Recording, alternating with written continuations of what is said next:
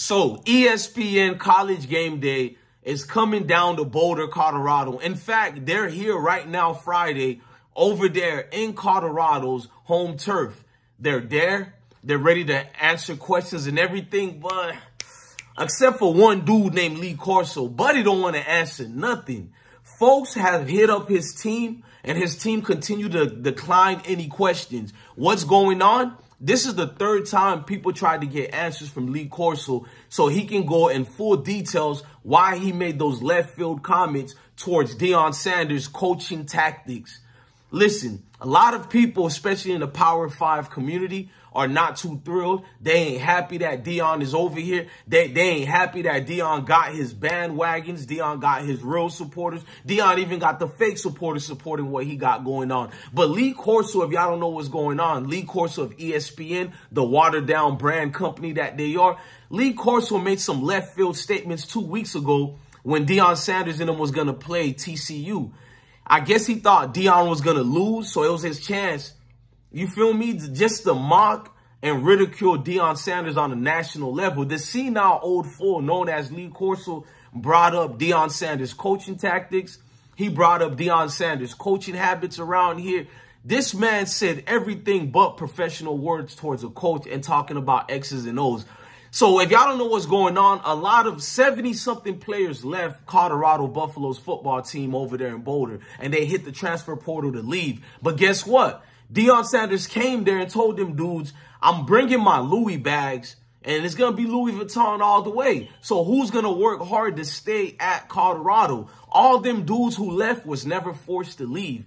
They quit on Deion Sanders because they were in a self-entitled position. See, what y'all don't know is, man, them boys lost all their games and only won one game last year. They had 19 losing seasons out of 20 years. So they got comfortable with being, you know, coddled, with being entitled to everything they got. They're not used to a brother like Deion Sanders coming through and like, nah, bro, you going to work for me.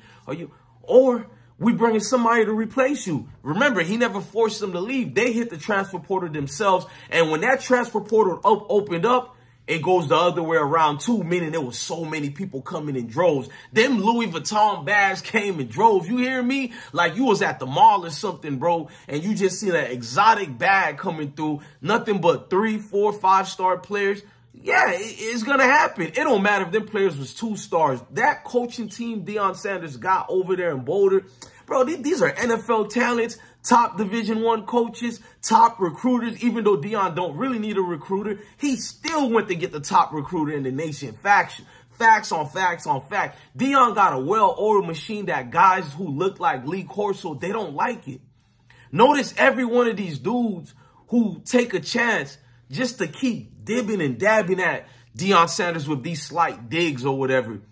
It's never towards football or can Deion coach or not. It's never about that. It's about personal situations that they all of a sudden don't like. Personal things that other coaches who look like them, complexion of protection, have been doing for generations and generations, and they never had an issue and a problem. Kind of like Colorado State's coach who's biracial, and you know which side he kind of favors towards more. I'm just being honest with y'all. Don't get mad at me. Well, Jay Norvell is now talking about Deion Sanders' parents didn't teach him right, didn't raise him right, because he says his parents raised him to take off your glasses and hat. See, none of these digs got anything to do with football, because if these old farts got to talk about football within itself, they lose. If you got to talk about football subject only, you can't say nothing against a dude who's a gold jacket. He's a Hall of Fame coach. He was a damn near on his way to be a superstar baseball player. If not, was already one. He just cut his career short, you know, the foot situations. He's an NFL magnet. He's a celebrity magnet, meaning even if he's talking about basketball, he's going to bring droves and droves of supporters and fans and haters alike. See, a hater is something regular, but what Corso is and the Jay Norvells of the world, they're an old, good old boys club. You feel me? They only allow certain people the complexion of protection to be amongst their community. So when it's somebody who looks like me come in their community, baby, that thing make people uncomfortable like you ain't never seen that before. You feel me? Dudes start getting riled up like, who this uppity, you know what? I can't say the word for you too, but who this uppity think he is. You feel me? That's why they talk to him like a boy. Deion Sanders had to respond to, you know, that ESPN interview of Jay Norvell and say, dude, what you just said about my mama? I'm a grown man. And that's what Sanders said to them. And with Lee Corso, he called Lee Corso an old fool. See, I like Deion Sanders. He ain't going to cut around the, you know, and do the little passive-aggressive behavior like these other coaches do. He like, nah, he going to be front and center, and he going to call you out. He told you we keeping receipts over here, and even that made people uncomfortable. Maybe you should shut educational purpose, your trousers that keep popping out the mouth anytime you want to say something slick to this man. And then when Deion Sanders responds back to the people saying these unprofessional comments, old fools like Jason Whitlock come out the woodwork. You see, Deion ain't humble. He needs to be humble. So them old fools don't need to be humble. It's Deion Sanders that need to be humble. Everybody tap dancing and caking up for all this type of hoopla because it's hidden agendas and ulterior motives. The truth is what Lee Corso is doing, he's proven he's a coward and he's insecure about his position. You can believe he's seen out all you want, which he is somewhat. I don't believe he deserves to be on ESPN anymore. You don't even know what this man is saying. He's barely even talking. But it's weird he talks clearly when he has something negative to say about Deion Sanders. You see what I'm saying about that?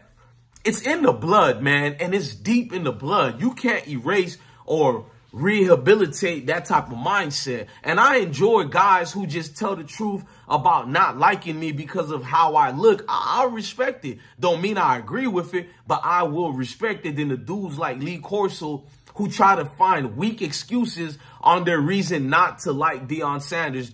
Like Jay Norvell disliked for Sanders. He even said out of his mouth, all of us are tired of them. The whole nation is. It's like the whole nation is. When did Deion Sanders ever disrespected any of these fools? And that's the point. They want Deion Sanders to be in a board position, but he's letting the world know I'm a grown man.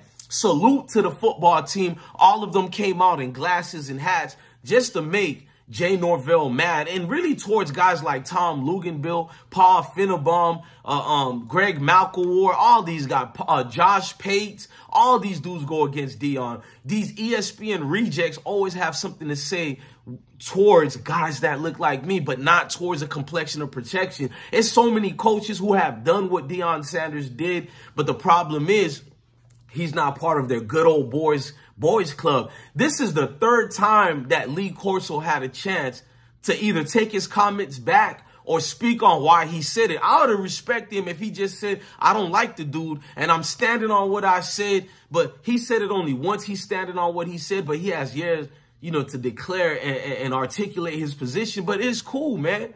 Like I keep telling everybody, bro, we no longer coming. We here. Get uncomfortable because it is going to be uncomfortable to watch a brother like that win and win and win. And even if they do lose, it's still a win, baby, because the way we came from and where we here now, it's here to stay. Like I said earlier, we're no longer coming.